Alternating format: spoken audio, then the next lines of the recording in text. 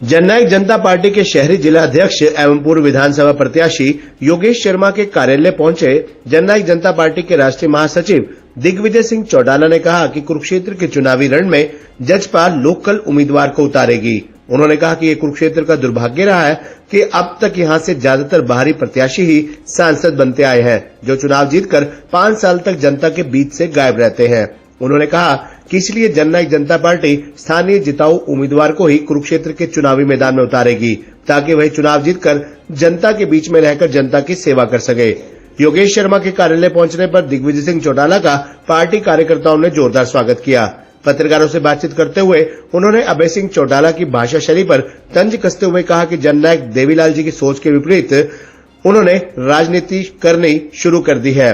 देवीलाल जी कहा करते थे कि मेरी कोई जाति नहीं है, मैं कमेरा हूं, मेरी लड़ाई लुटेरों से है। वहीं अभय सिंह चौटाला ने कुरुक्षेत्र के चुनावी मैदान में जाट और बनिए की लड़ाई बताकर जाति पाति की राजनीति करने की कोशिश की है, इसलिए वह राजनीति में शून्य हो गए हैं। उन्होंने कहा कि कुरुक्षेत्र सीट पर अभय सिंह चौटाला की जमानत जब्त होगी।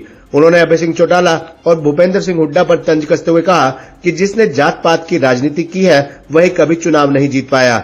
इस मौके पर जजपा जिलाध्यक्ष कुलदीप जखवाला, जसविंदर खेरा, जसबीर पंजेटा, देवेंद्र राणा, सूर्यांश शर्मा, वीरेंद्र, रिक्की नंदा, हेमंत प्रोथी, अनिल ढुल्ल, संजीव गांधी, ज्योति सर, महेंद्र मलिक आदि भी मौजूद रहे। हल्का स्तरीय मीटिंग हमारी 3 हलकों की थी, लाडवा की, शाहबाद की, लाडवा की, थानेसर की और पेवा की। शाहबाद की मीटिंग हमें कैंसिल करनी पड़ी क्योंकि हमारे विधायक जी के सगे भाई का देहांत हो गया। सुबह उनके घर पे जाना हुआ। पार्टी के कार्यकर्ताओं में बहुत अच्छा उत्साह है। पार्टी को आगे बढ़ाने को लेकर लोकसभा चुनाव के अंदर पार्टी कैसे अच्छा प्रदर्शन करे, सबसे रायशुमारी आज की है। उत्साह को देखते हुए लगता है बाहुबल और धनबल के बलबूते पर खड़े तीनों प्रत्याशियों को हमारा प्रत्याशी चित कर यहां विजयश्री हासिल करेगा।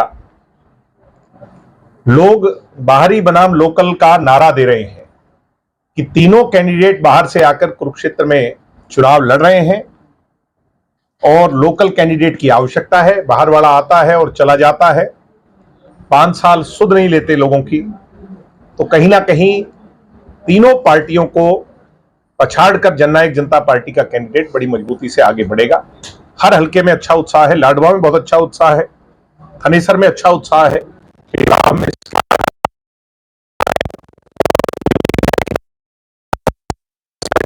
लोग जिताने का काम करेंगे। इसके अलावा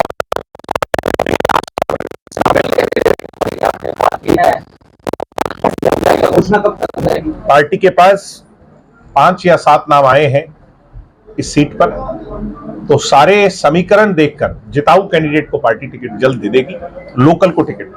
सर, कोई गेहूं काट रहा है, कोई कट्टे उठाकर ट्रकों में लोड कर रहा है, क्या कहेंगे? जब कोई आपके कैंडिडेट को क्या करना पड़ेगा कि वो लोगों के दिल के ऊपर छाप छोड़े? जब आदमी अपने काम से अलग करता है कुछ, तो वो उसको सूट नहीं करता और लोग उसका मखौल बनाते हैं। आजकल मखौल जो है वो इंटरनेट पर ज्यादा चलता है, रील्स पर ज्यादा चलता है। गेहूं काटने वाले और कट्टे उठाने वालों का खूब मखौल उड़ रहा है। जिनने कभी कट्टा हाथ में भी नहीं लिया, किस प्रकार डगमगा करके उन सीढ़ियों पर अपने कदम बढ़ाते हुए वो आगे बढ़ रहे हैं, किस प्रकार लामणी करने का प्रयास दिखाया जा रहा है, ये इनके डीएनए से कोसों मील दूर है। लोग सच्चाई को जानते हैं।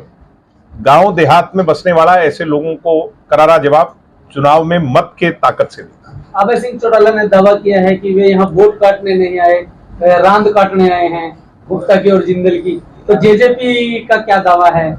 इस तरह की शब्दावली अभय सिंह चौटाला जी के मुखारबिंद से अमूमन हम सुनते हैं। पीछे उन्होंने कहा कि मेरी जाट और बनिए की लड़ाई है। मेरे परदादा स्वर्गीय चौधरी देवीलाल एक बात कहते थे, रिकॉर्डेड है ये उनके भाषण का। उन्होंने कहा था कि मेरी जाति कुछ लोग कहते हैं कि जाट है, क्योंकि मैंने जाट के घर में जन्म लिया, मगर मैं नहीं मानता मेरी जाति जाट है। वो कहते थे कि मेरी जाति मेहनत कर्श कमेरे की जाति है,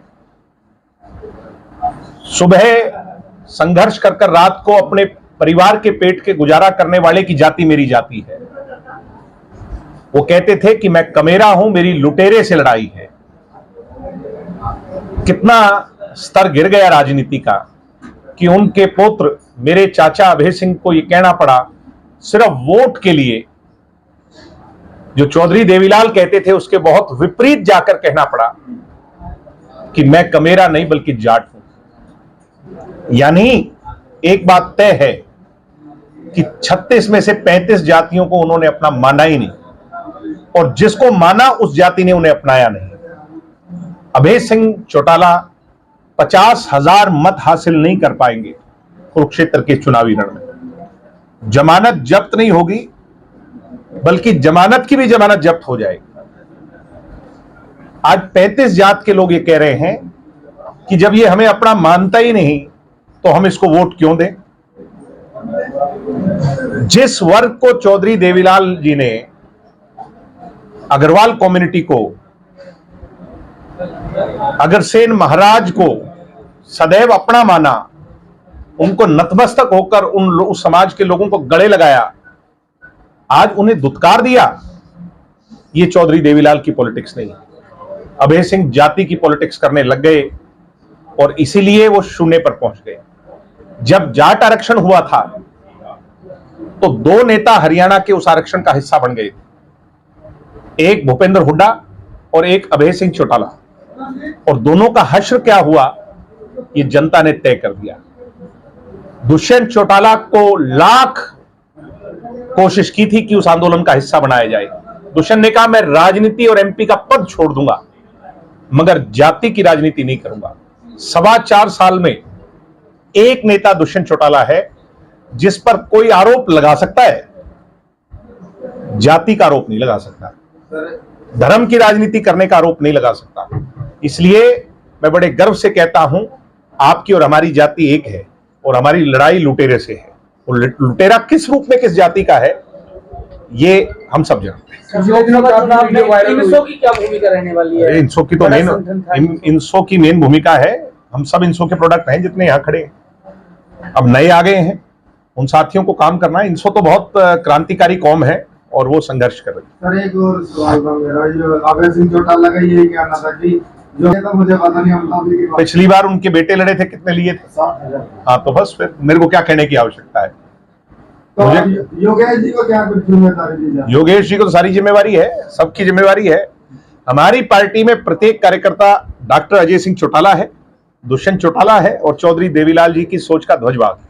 आप जननायक जनता पार्टी के जो नेता हैं